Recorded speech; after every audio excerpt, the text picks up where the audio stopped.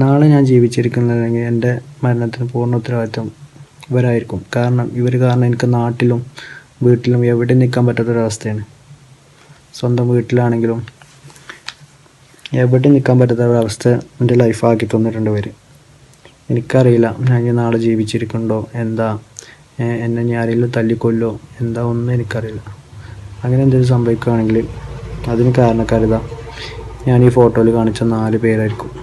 തന്റെ മരണത്തിന് നിലമ്പൂരിലെ 4 പേരാണ് കാരണമെന്ന് പറഞ്ഞ് ഇൻസ്റ്റഗ്രാമിൽ ലൈവ് വീഡിയോ ഇട്ട ശേഷം യുവാവ് തൂങ്ങി മരിച്ചു.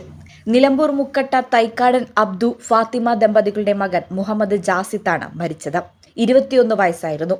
തിങ്കളാഴ്ച പുലർച്ചെ 1:15 ജാസിദ് ലൈവ് വീഡിയോ ചെയ്തത്.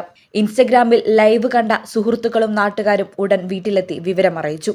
വീട്ടുകാരും സുഹൃത്തുക്കളും നടത്തിയ തിരച്ചിലിൽ വീടിന്റെ ടെറസിന്റെ കമ്പിയിൽ തൂങ്ങിയ നിലയിലായിരുന്നു ജാസിത്തിനെ കണ്ടെത്തിയത്. തുടർന്ന് നിലമ്പൂർ ജില്ലാ ആശുപത്രിയിൽ എത്തിച്ചെങ്കിലും മരണം സംഭവിച്ചിരുന്നു. അപ്പം ഞാനിപ്പോൾ വല്ലാത്തൊരവസ്ഥയിലാണ് ഇപ്പോൾ ഞാൻ കടന്നു പോയിക്കൊണ്ടിരിക്കുന്നത്. ഞാൻ നാളെ ജീവിച്ചിരിക്കുന്നുണ്ടോ എന്താണെന്ന് എനിക്ക് അറിയില്ല. ഇതിന് കാരണക്കാരായ 3-4 പേരുണ്ട്. ഞാൻ അവരുടെ പേര് പറയാം.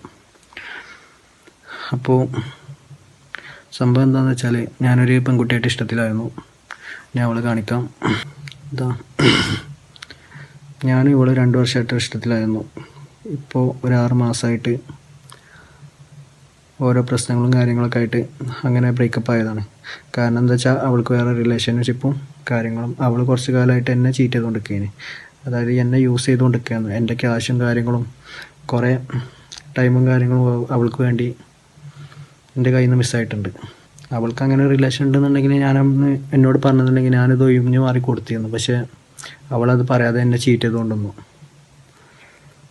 ഞാനത് അവളുടെ ഫ്രണ്ട്സിൻ്റെ അടുത്ത് നിന്നാണെങ്കിലും അവളുടെ സ്കൂളിൽ മാനവത സ്കൂളിലെ ഒരുപാട് കുട്ടികൾ എന്നോട് വന്നിട്ട് എന്നോട് പറഞ്ഞു ഇങ്ങനെ ആശ്മിൻ്റെ കാര്യങ്ങൾ ഞാൻ അവൾക്ക് വേറെ റിലേഷൻ ഉണ്ട് സ്കൂളിൽ, അങ്ങനെ നടന്നിട്ടുണ്ട് ഇങ്ങനെ നടന്നിട്ടുണ്ട് എന്നൊക്കെ പറഞ്ഞപ്പം ഞാൻ അത്ര സീരിയസ് ആയിട്ട് എടുത്തില്ല. പിന്നെയും ഓരോ കുട്ടികൾ വേറെയും കുറേ കുട്ടികൾ എന്നോടൊന്ന് പറഞ്ഞപ്പം ഞാൻ കയ്യിലെന്തൊക്കെയോ ഉള്ള പോലെ തോന്നി. പിന്നെ ഞാൻ തന്നെ ഇറങ്ങി അന്വേഷിക്കാൻ തുടങ്ങിയപ്പോൾ അവളെ പറ്റി വളരെ സ്കൂളിലാണെങ്കിലും വളരെ മോശമായിട്ടുള്ള പേരാണ് പറഞ്ഞുകൊണ്ടിരുന്നത്. ബ്രേക്കപ്പ് ചെയ്തു. കാരണം എനിക്ക് എൻ്റെ ലൈഫ് നോക്കിയേ പറ്റുള്ളൂ. 6 മാസമായി എറണാകുളത്ത് മൊബൈൽ ഷോപ്പിൽ ജോലി ചെയ്തു വരികയായിരുന്നു ജാസിദ്. ഈ മാസം 31-ന് വിദേശത്തേക്ക് പോവാനിരിക്കെയാണ് ആത്മഹത്യ. ലൈവ് വീഡിയോയിൽ പ്രണയവുമായി ബന്ധപ്പെട്ട് ഭീഷണിയും പോലീസ് സ്റ്റേഷനിലേക്ക് വിളിച്ചു വരുത്തിയതായും തനിക്ക് പറയാനുള്ളത് പോലീസ് കേൾക്കാൻ തയ്യാറായില്ല എന്നും പറയുന്നുണ്ട്.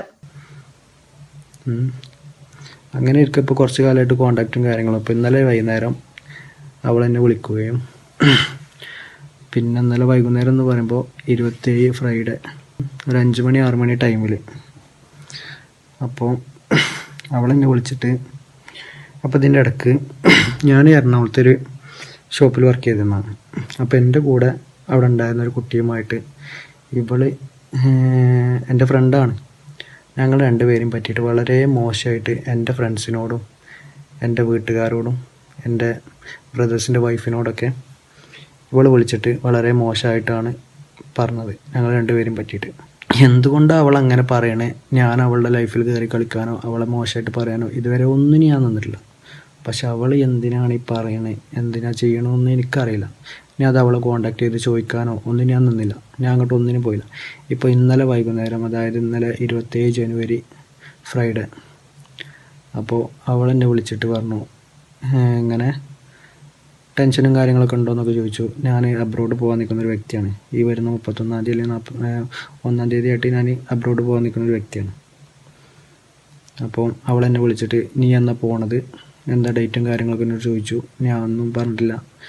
അപ്പോൾ അവളെയും പറ്റിയിട്ട് നീ എൻ്റെ ഫ്രണ്ട്സിനോടും എൻ്റെ വീട്ടുകാരോടും എല്ലാവരോടും വളരെ മോശമായിട്ടാണല്ലോ നീ പറഞ്ഞത് എന്നൊക്കെ പറഞ്ഞപ്പോൾ ഞാൻ അവളോട് പറഞ്ഞു, ഇനി അങ്ങനെ ആരോടെങ്കിലും മോശമായിട്ട് പറഞ്ഞാൽ ഞാനും ഇങ്ങനെ നിൻ്റെ ഫാമിലിക്കും ബാക്കിയുള്ളവർക്കും ഞാൻ ഷെയർ ചെയ്യുന്നുണ്ടോ എന്ന് പറഞ്ഞു. അങ്ങനെ ആർക്കെങ്കിലും പറഞ്ഞാൽ, പക്ഷെ കാരണം എന്താ വെച്ചാൽ അവളൊരു ഒരു പെൺകുട്ടിയാണ്, നമ്മളങ്ങനെ ചെയ്യൂല.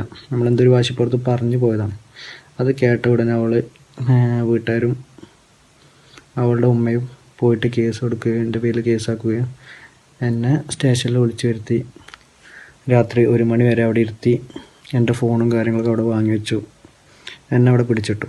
അവിടെ സ്റ്റേഷനിൽ നിലമ്പൂർ പോലീസ് സ്റ്റേഷനിലാണ്. അവിടെ സ്റ്റേഷനിൽ ഉണ്ടായിരുന്ന കോൺസ്റ്റബിൾമാരാണ് ഉണ്ടായിരുന്നത്, വേറെ സാറുമാരും ഇല്ലായിരുന്നു. അപ്പോൾ അവിടെ ഉണ്ടായിരുന്ന സാറുമാർ ഒന്ന് അനസ് അതേപോലെ ജംഷീദ് ഇവരെന്നെ അവിടെ വിളിപ്പിച്ചിട്ട് എൻ്റെ കാര്യം എന്താണ് എന്താ പ്രശ്നം എന്ന് എന്നോട് ചോദിക്കുകയോ ഒന്നുമില്ല. അവർ പറയണ ഇങ്ങോട്ട് കേട്ട് നിൽക്കുക എന്നല്ലാതെ ആ ഒരു അവസ്ഥയിലാണ് ഞാൻ. എന്നെ ഒന്നും അങ്ങോട്ട് പറയാനോ എൻ്റെ ഭാഗം കേൾക്കാനോ അവർ റെഡി ആയില്ല. സംഭവം എൻ്റെ ഭാഗം കേട്ട് കഴിഞ്ഞാൽ അവളുടെ ഫാമിലിക്കാണെങ്കിലും അവൾ എന്നെ ചീറ്റ് ചെയ്തതാണ്. അതൊക്കെ അറിയും, അവളുടെ വീട്ടുകാർ അറിയും എന്ന് പറഞ്ഞപ്പോഴാണ് അവൾ ഈ കേസിന് നിന്നത്. അവളുടെ പുതിയ ബന്ധവും കാര്യങ്ങളൊക്കെ ഞാൻ അറിയിക്കും എന്നുള്ള കാര്യം അവളെ അമ്മ അറിയും. നിലമ്പൂരുള്ള 4 പേരാണ് തന്റെ മരണത്തിന് കാരണമെന്ന് പറഞ്ഞ് ഫോട്ടോ സഹിതം പോസ്റ്റ് ചെയ്താണ് യുവാവ് തൂങ്ങി മരിച്ചത്. മരണവുമായി ബന്ധപ്പെട്ട് പിതാവും കുടുംബവും നിലമ്പൂർ പോലീസ് സ്റ്റേഷനിൽ പരാതി നൽകിയിട്ടുണ്ട്. എനിക്കറിയില്ല ഞാൻ ഇനി നാളെ ജീവിച്ചിരിക്കണ്ടോ, എന്താ എന്നെ ഇനി ആരെങ്കിലും തല്ലിക്കൊല്ലോ എന്താ ഒന്നും എനിക്കറിയില്ല. അങ്ങനെ എന്തെങ്കിലും സംഭവിക്കുകയാണെങ്കിൽ അതിന് കാരണക്കാരിതാ ഞാൻ ഈ ഫോട്ടോയിൽ കാണിച്ച 4 പേരായിരിക്കും. ഇവർ 4 പേരാണ് ഇന്നലെ സ്റ്റേഷനിലുണ്ടായിരുന്നു എൻ്റെ പേരിൽ ഈ കള്ളക്കേസ് കൊടുത്തതും ഒക്കെ. ഞാൻ അവളെ കോണ്ടാക്ട് ചെയ്യണം. ഞങ്ങളന്ന് സംസാരിച്ച് ഞങ്ങളിത് തീർത്ത കാര്യമാണ്. ഞാൻ അവളെ സംസാരിച്ച് ഇനി അങ്ങനെ ഒന്നും ഉണ്ടാവില്ല, ഞാൻ അങ്ങോട്ട് കോണ്ടാക്ട് ചെയ്യില്ല, അവൾ ഇനിയും കോണ്ടാക്ട് ചെയ്യില്ല എന്നൊക്കെ പറഞ്ഞുകൊണ്ട് അങ്ങനെയാണ് വെച്ച് പോയത്. എന്നിട്ട് ഇന്നലെ അവൾ എന്നെ കോണ്ടാക്ട് ചെയ്ത് അങ്ങനെ ഉണ്ടായതാണിപ്പോൾ. പിന്നെ നിങ്ങൾക്ക് വേണമെങ്കിൽ ഞാൻ നാളെ ജീവിച്ചിരിക്കില്ലെങ്കിൽ എൻ്റെ ഫോണ് ഞാൻ എവിടെ നിന്നാണോ എൻ്റെ ലൈഫ് അവസാനിക്കണത് അവിടെ എൻ്റെ ഫോണും ഉണ്ടാവും. അസ്വാഭാവിക മരണത്തിനാണ് പോലീസ് കേസെടുത്തിരിക്കുന്നത്. News bureau, Nilambur. Fertech Industrial Park